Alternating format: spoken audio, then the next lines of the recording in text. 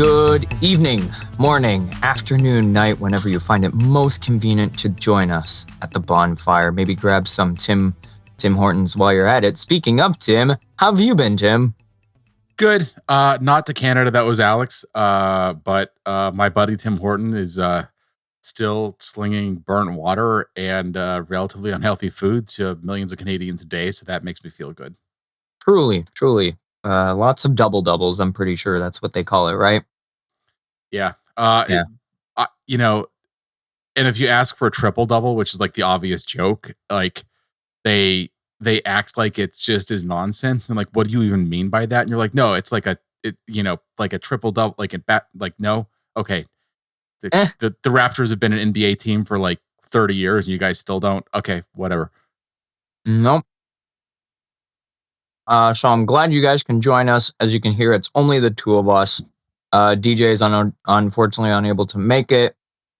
The Gators have approached his house too much. Yeah, so he is currently on Gator Watch. So it's us two, but it'll be a fairly short one today because for our news segment, Tim, have you got any news? I got no news. So we got no news. No, I got no news. So right. If you guys want to send us some news, go ahead. But we'll just move straight on to the game that happened against Montreal. So, yeah, they lost. And 2-0. So, yay. So, moving on. No, I'm kidding. Man, I wish we could get through it that quickly, but I feel like we should talk about it a little bit more. Talk about it. But the reason why I say this is going to be short is because of the fact that everything we saw in that game, we've seen before. This is a story that keeps repeating. And it's a cycle. The cycle continues essentially. Yep. Everything, literally almost everything in that game, the whole 90 minutes, we've seen it this season already. Oh, and we saw it last season. We have seen this show enough times. It's like they're giving us reruns, but they're not telling us beforehand it's going to be a rerun. And so, we low-key should have expected that it was going to be a rerun. Oh, I think that most of our listeners have caught on to the thing, and the gig is up with that. Yeah. It's like when you look at the old Cartoon Network schedules and it's just Teen Titans Go and SpongeBob and over again. I don't think I've watched Cartoon Network in probably 10 years. Oh, wow. I don't know. I haven't watched in also years, but probably not long as 10. So anyways, so when it comes to the goals, both the goals are fairly similar. Defense is being caught completely off guard, just allowing one player to just be right on side and to be one-on-one with Chris Brady and to put him into a situation that is very difficult for a goalkeeper to stop. And the ball is either tapped to the left by Joseph Martinez in the 21st minute or chipped right over by Caden Clark in the 74th, essentially. Both goals are very similar in that sense. Yeah. And, the Fire didn't really have pressure on the ball, particularly on the Joseph Martinez goal. Like, on one hand, he is still Joseph Martinez. Like, the guy's a MLS Golden Boot winner from a couple of years ago. Like, he knows where the back of the net is. On the other hand, he's not the same Joseph Martinez. Like, he scored, 27 goals in 2019 when he won the Golden Boot. And yeah, it was a lot. And 31 the year before that. And I think that he has scored around 30-ish, 32, maybe 33 goals. I should have looked this up beforehand. I would have sounded a lot smarter. But he scored around as many goals in the years since, after 2019.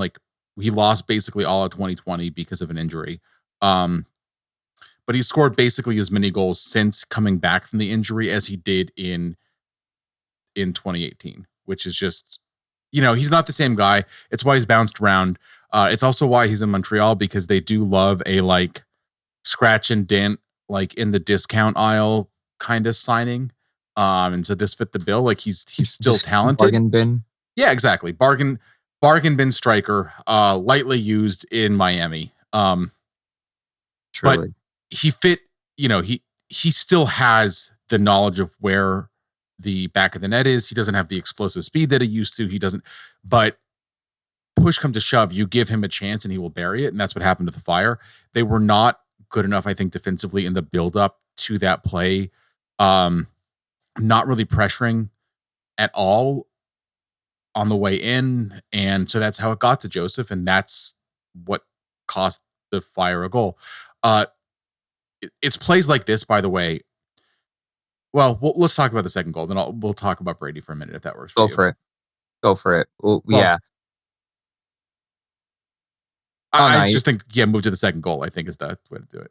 Yeah, no, second goal, like I mentioned, it was a similar thing where King Clark was just onside. Like when you look at the replay, or like when you're looking at right as it was happening, you could think that there could be a possible call for offsides when they were like, oh, the flag stayed down. And I'm like, maybe VAR will say something. You look at the replay right as it happened, it's like, no.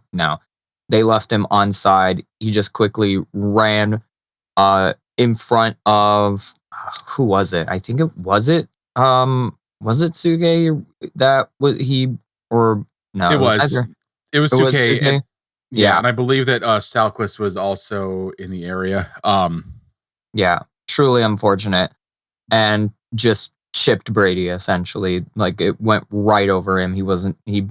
Brady outstretched his arms, but he just wasn't able to get to it, and the ball just boomed.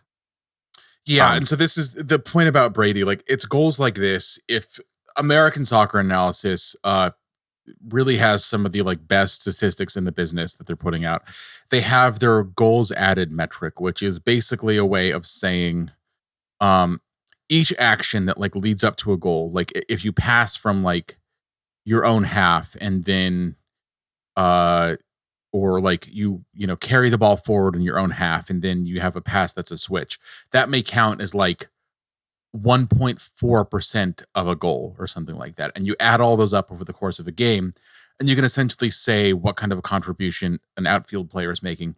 They do the same thing with goalies, but obviously it just kind of like flips it around, and every action you have is basically, helping your team, quote unquote, like score negative goals. If you're saving, balls, and if you're doing things like passing the ball forward and stuff like that, that works the same way. Yeah.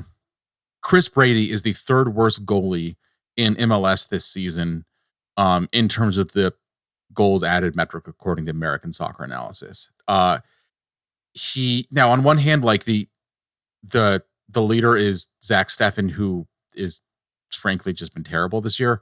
But like ahead of him is like William Yarborough from San Jose, who has played like 1,000 fewer minutes than Brady. And so on a per 90 basis, he is not really that close to being the worst, but overall, just given the number of minutes that he's played, the overall goals added, he's negative 6.78. So in general, if you had quote unquote an average goalie in the league, according to this metric, the Fire would have nearly 7 goals in their favor.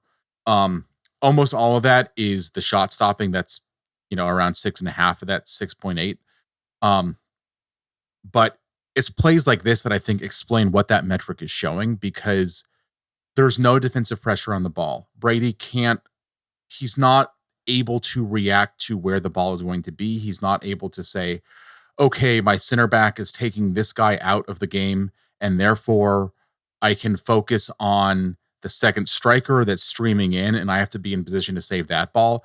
He has got to be in a place where he can save shots from like 4 different guys all the time, because he has no confidence that the back line is going to come and take a player away from the play or keep balls out of dangerous areas.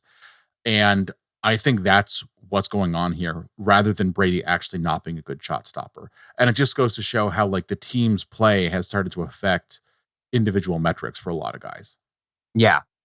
One thing I want to note is on the other side, when it comes to the Fire's attempts, because looking at the statistics, the Fire did have more shots, overall 12-8, and both had 3 on target.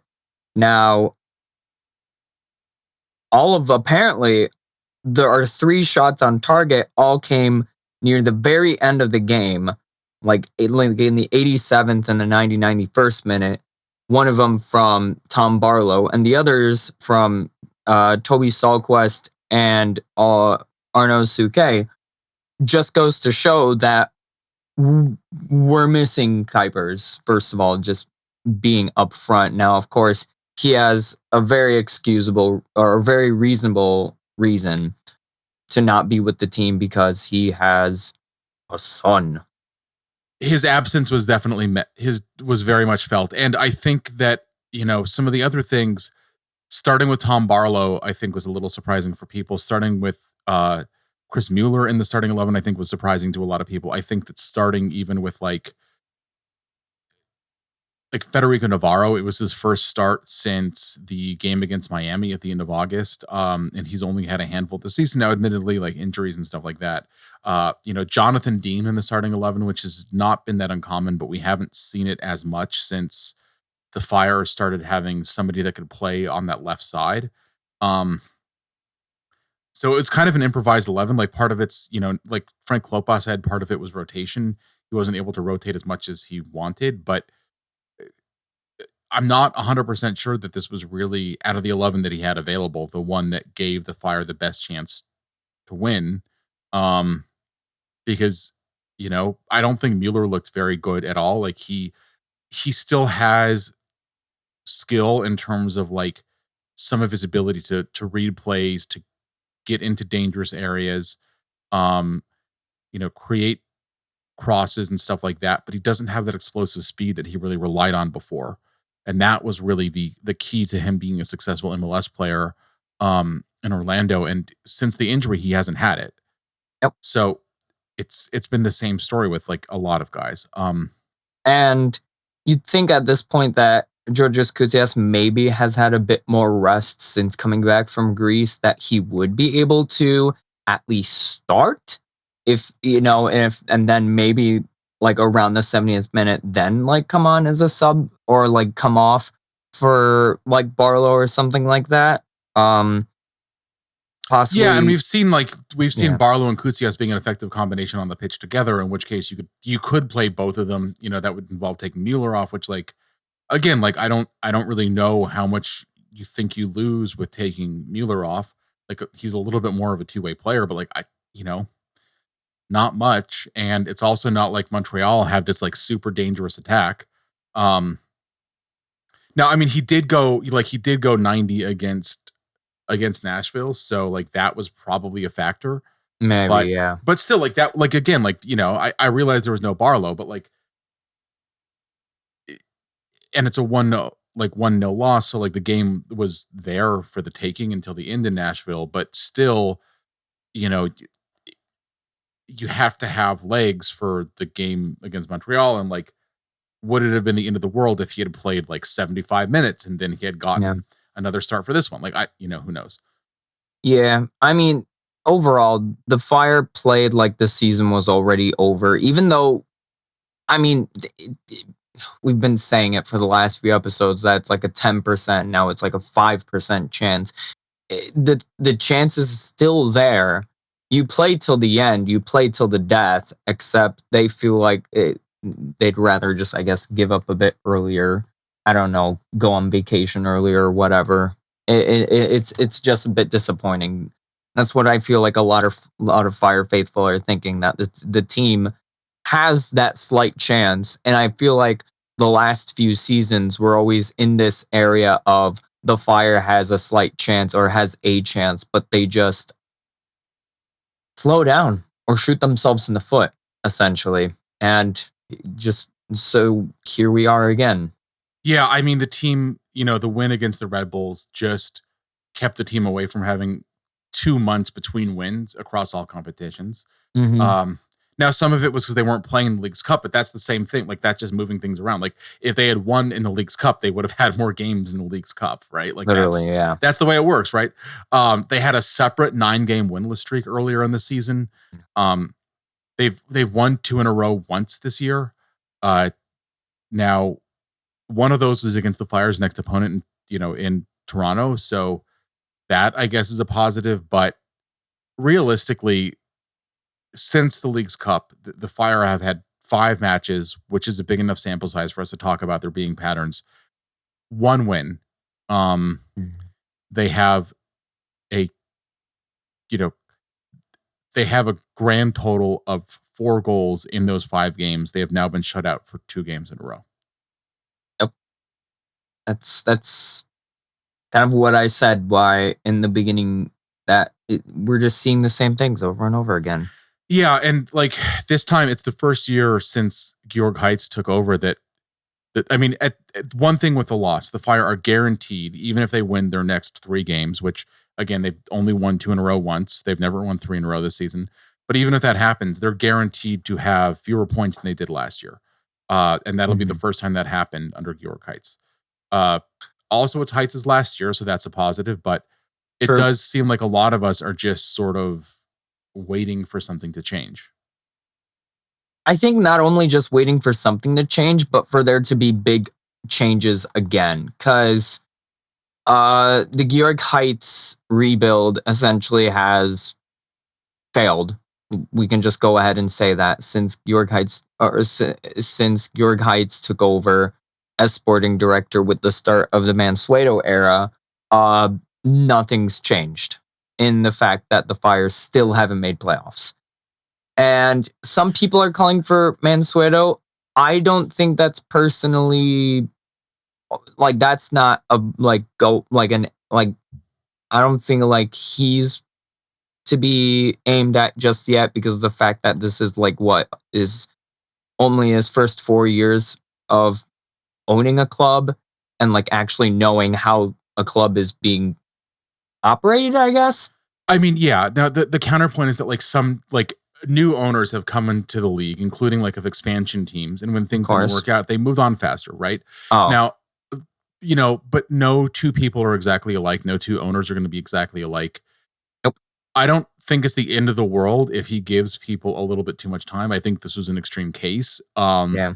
I still think you're not really going to do much better in terms of an owner that cares about the team. Like he hasn't been an absentee owner. He is at basically every home game. He has been at a lot of away games. It's not like he just bought this thing and then like forget that he owns it, which is I think what like Robert Kraft, the first and only owner of the New England Revolution, I like legitimately, it's like I think that it's time to fire a guy for like 2 years and it doesn't happen because Robert Kraft forgot that he owns the team. Yeah. Um, Meh. and like that's not the case. So like that is good. Like he has talked a lot. He's Yeah. invested a ton of money, and some of it has been very good. Like the academy has been revitalized. There's new performance into this opening up. Moving the team back to the city, like I know that there's like pluses and minuses. Soldier Field is not an ideal home, but he just said in an interview that they have a preference to play on grass, which is why the Bears' new stadium may not work out.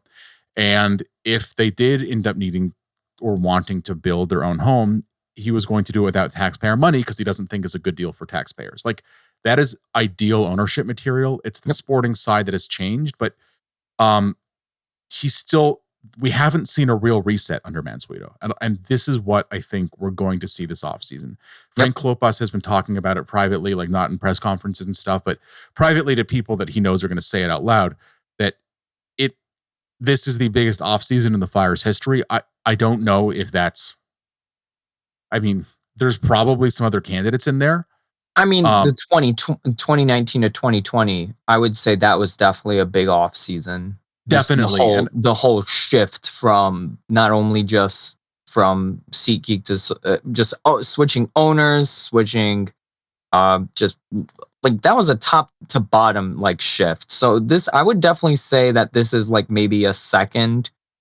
I would it's up say there, right? Like, it's but up it's there. and like you could also make the argument for like 2006 with what is now SeatGeek was then Toyota opening. It's Hmm. 2007 with the switch in ownership again. Like that was another big moment. You had the start of the DP rule, which was also the time that the Fire suddenly like there were other ways to compete that had not existed during the Fire's trophy winning era. Hmm. Um, but this is a big reset, and so I think that Truly. we have to wait and see what happens. There's not a lot of news to talk about with that yet, uh, but I think that it clearly was showing up because you were kind of hinting at Alan, like in the way the team was playing, where people were just waiting for something else to happen. Nothing else happened. I mean, I saw so many people say that they just didn't watch the game because they knew that this was going to happen, that the same thing was going to happen. I'm not going to lie. I knew or felt that a very similar thing could happen. That's why on my TV instead, I had the Tennessee Oklahoma game, and I was just watching the Fire game sort of off to the side on my iPad, like sort of watching two games at the same time. And I'm looking at my iPad, and I'm just like, yeah, this is nothing's new. And I would see the goals, and I'm like, yep, nothing's new. So one positive thing that did happen, Justin Reynolds, since coming back from Lugano, has started getting actual minutes. Came on as a 79th minute sub. Um, 7 passes, 100% passing rate, which is as good as you can get just for those, keeping score at home. And a one shot, 0.07 XG on the shot. It was a miss, but I thought looked like he belonged. I think that it brought dynamicism to the sort of like wing position that the team used. He came on for Guti, who I thought had a good start to his game, but it was clearly starting to flag. Yeah. And asking Frank about it after the game, he said nothing but positive things about him. He even said they talked about giving him the start for this one, but they thought this is kind of a high pressure game because it's on the road, stuff like that. Maybe find another opportunity for him, and heavily hinted that he may be in the starting 11 next week against Toronto. Swinging. Honestly, like you mentioned, the one positive that did come from Georg Heights or the system that he had was definitely the academy and the players that are coming up either from the academy or from being loaned or whatnot. So that's definitely a positive. So good on Justin Reynolds for getting some minutes and just keep getting even more minutes. Honestly, maybe who knows? Next season we'll see him be maybe more of a starter. Honestly, who knows? Yeah, either way, like it's positive to see, and he's the kind of guy like homegrown players that are giving you serious minutes and looking good and giving you serious contributions are the cheat code for the salary cap in MLS. Truly. Like that is it. Well, that or like you sign Messi who gets guys to show up for like almost free, but like that that cheat code's not available to the Fire because someone already signed Messi. That is true. And like you mentioned, I mean, we definitely have a lot of players who are on higher end contracts. We had one player who was definitely on a higher end contract because of the fact that we have great homegrown players that are able to, be on these homegrown or like the under 22 initiative contracts and gives us a lot more space. Unfortunately, the way the Fire has utilized it so far has not been the greatest. Yeah. All right. And so we're looking for changes with that. But I mean, that is the kind of thing that we're looking for, I think, from a new That's gonna sporting be regime. that's just something that we're gonna be seeing over the next few months, essentially. So You ready we'll to say see. au revoir to Montreal? Au revoir, Montreal.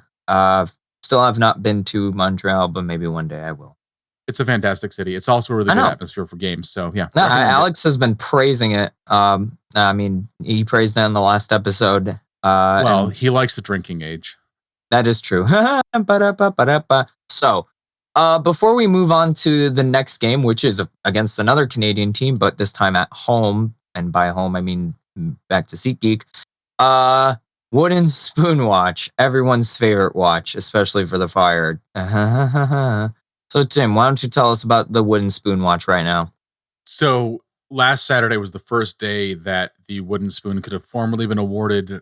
San Jose Earthquakes, who of course did beat the Fire in a 1-0 win in San Jose, um, are in the pole position to get the Wooden Spoon. That sounds weird. I don't know. I tried to make it work. What is it like the silverware drawer position for the Wooden Spoon? We'll workshop this later. If DC United if the New England Revolution and the Chicago Fire had won their games, and if St. Louis beat San Jose, San Jose would have won the Spoon last Saturday. Now, the only one of those things that happened was St. Louis beating San Jose in their first road win of the season. So, because of that, technically speaking, the Fire and Revs can still win or obtain the Wooden Spoon. It's not really winning it. So in the next game, if the Fire win their next game against Toronto, they will be safe. They will not be wooden spoon winners. If the San Jose Earthquakes lose their next game, the Fire cannot be wooden spoon winners. If San Jose draws, they still can. And again, if San Jose and New England win, then that means that whatever San Jose does, if the Fire and New England win, whatever San Jose does doesn't matter. San Jose gets the wooden spoon. So there we are. So you're saying there's still a chance.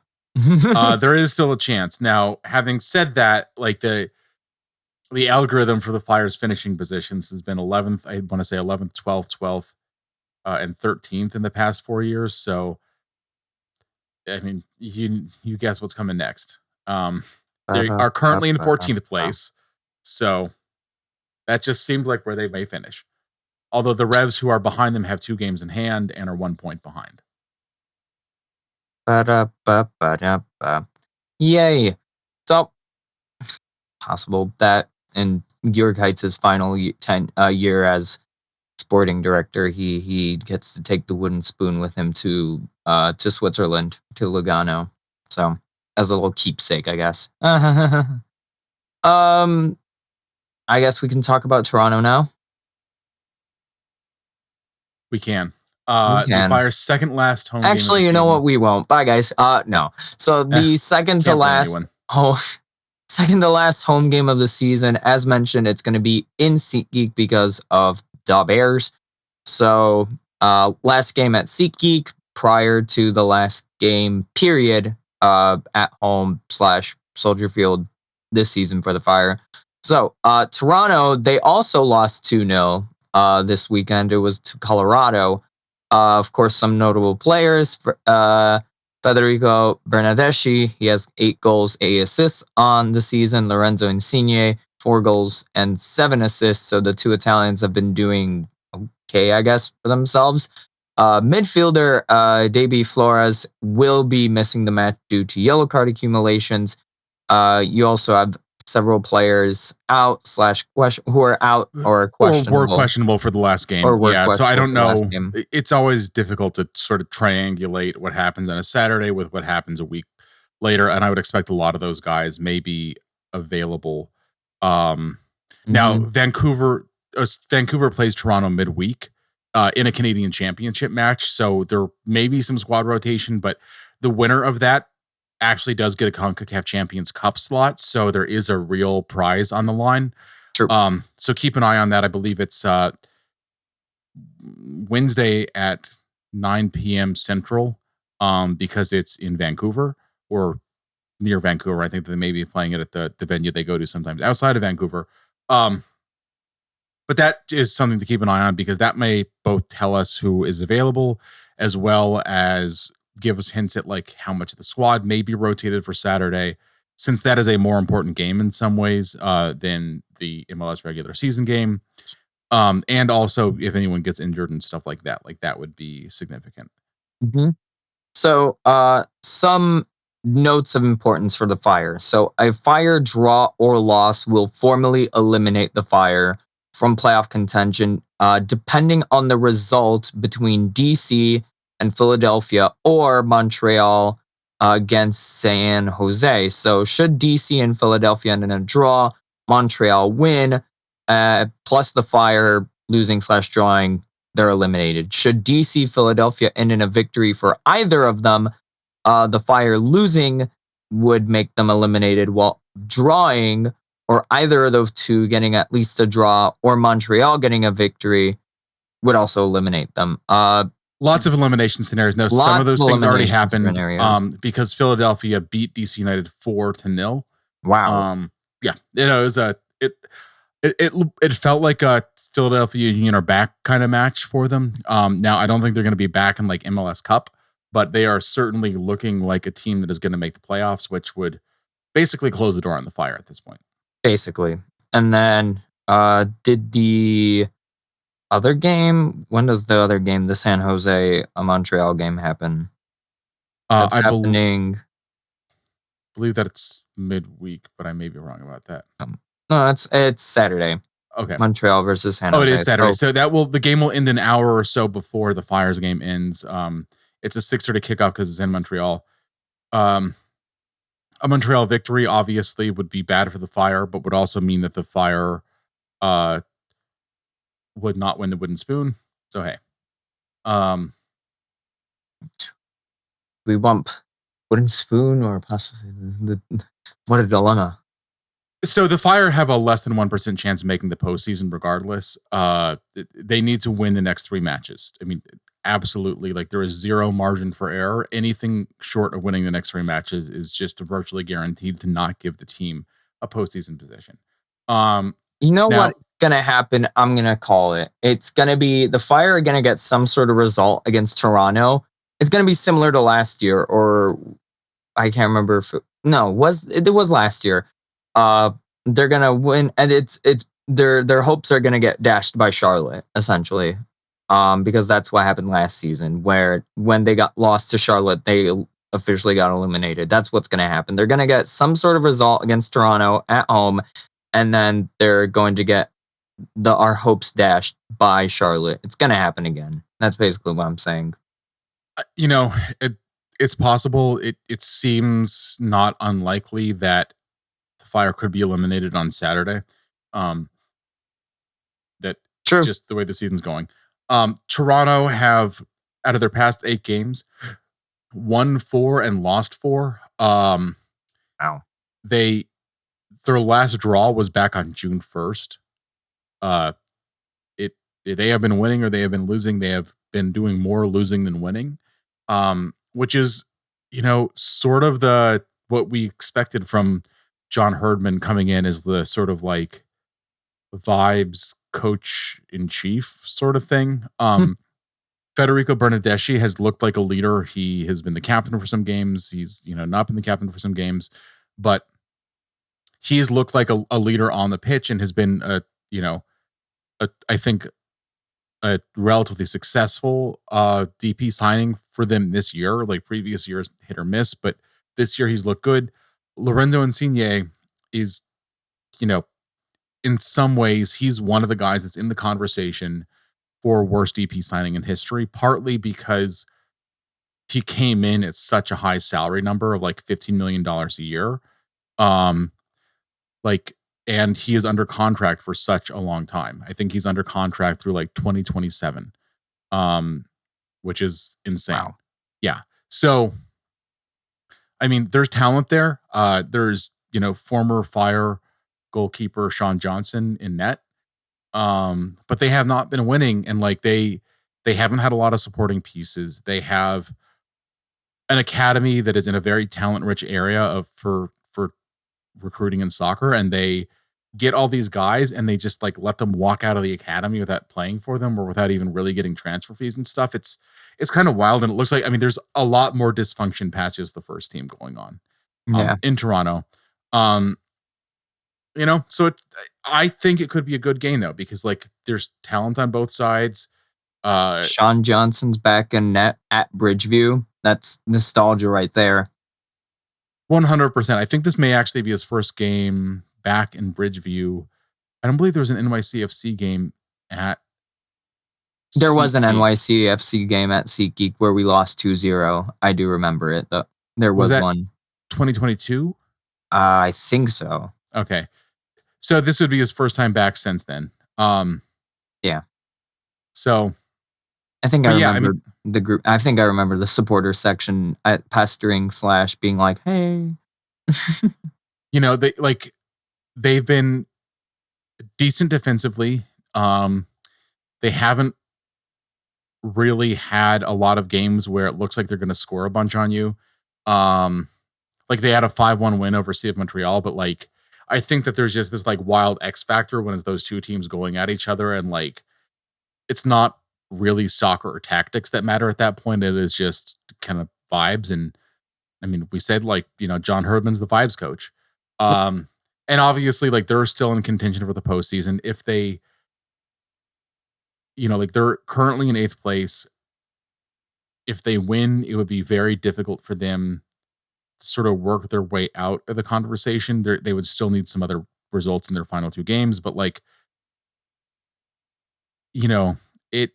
it's looking like they could return to the playoffs a year after getting the wooden spoon, which would be, Mhm. I think, a success for them. Now, like they still have a lot of problems because of their roster build, and like they've basically got to blow everything up and start again.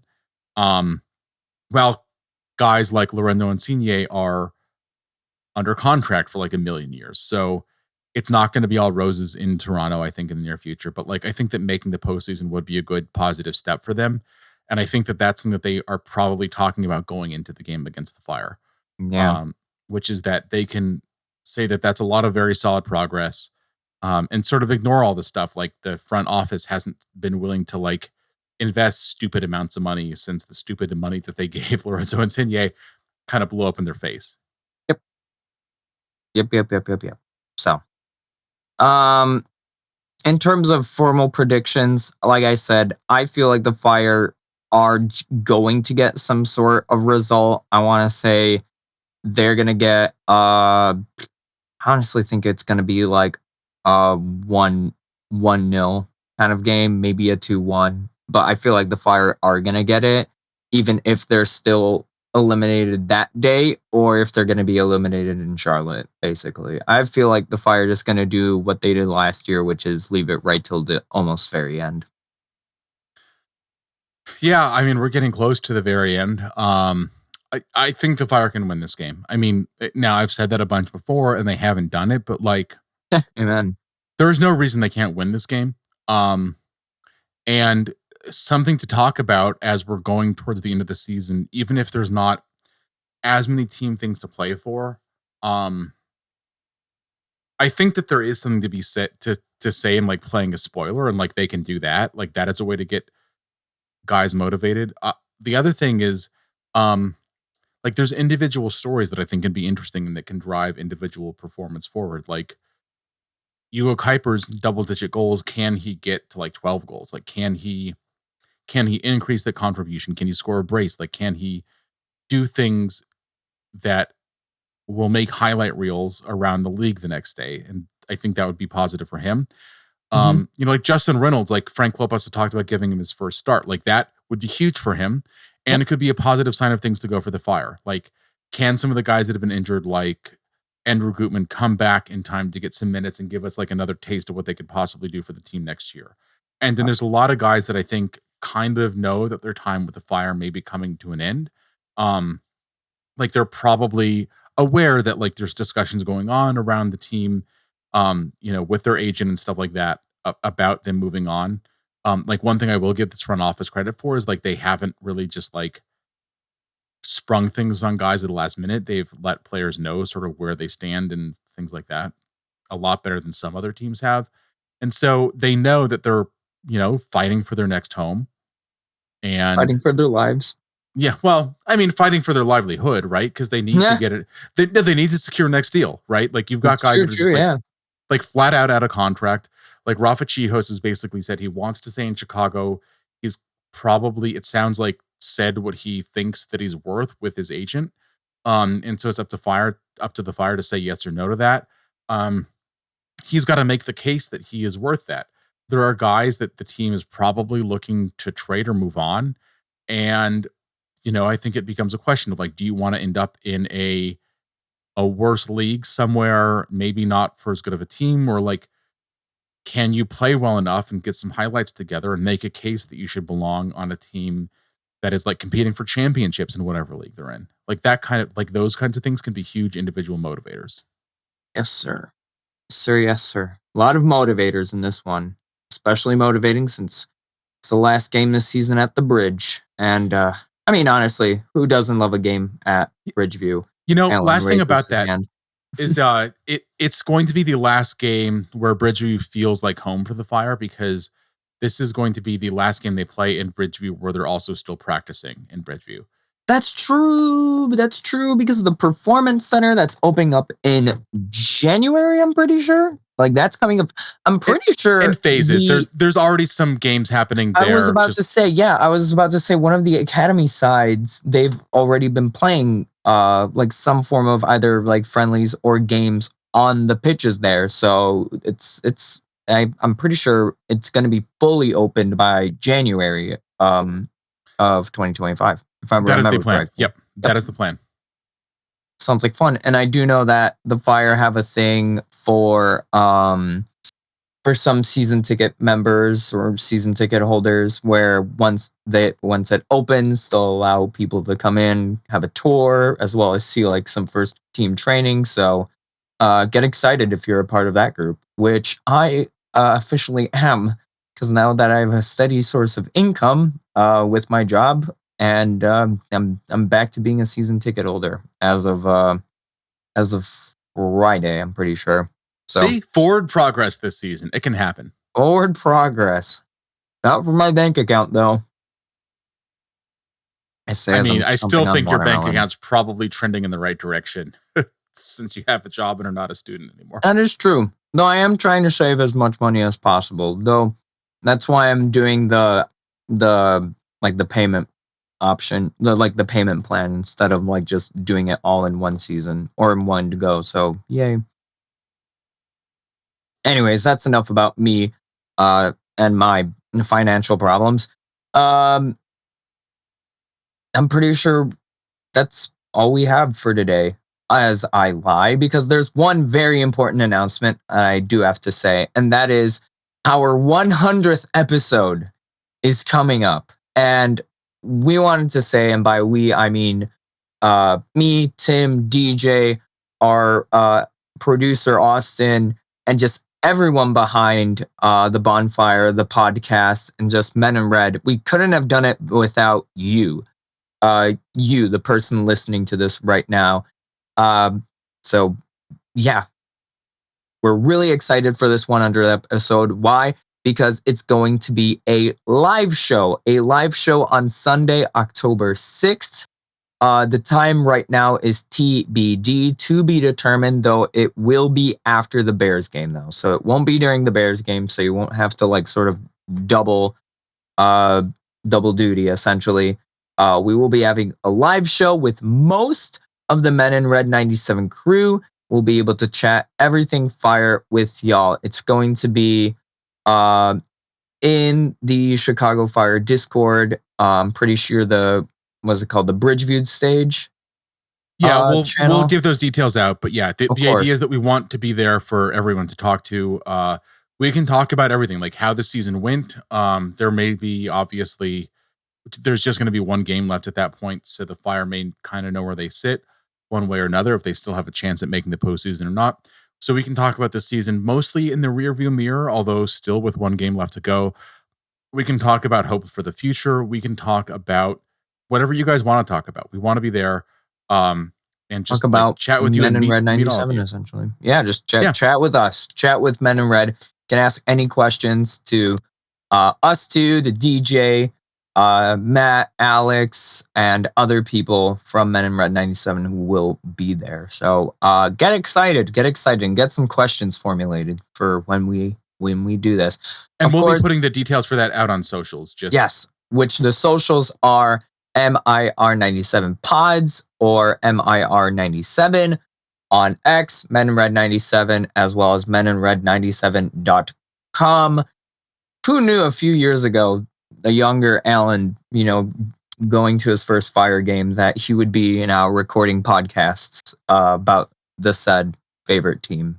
So you guys are giving me a great opportunity to do this. So thank you very much. I'm pretty sure Tim can say the same thing. And you can be a part of it, which we're looking forward to. So we really hope you can join us. Amen, I say to that. So, Tim, do you have anything to leave our audience with?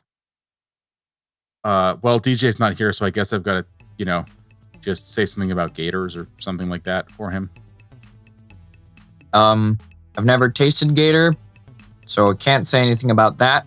I've also never really, I don't think I've ever seen a Gator in real life. Are they at any of the zoos here in Chicago? There's some in zoos. Yeah. Okay. Look at them in the sewer sometimes. No. Oh, yeah. College football.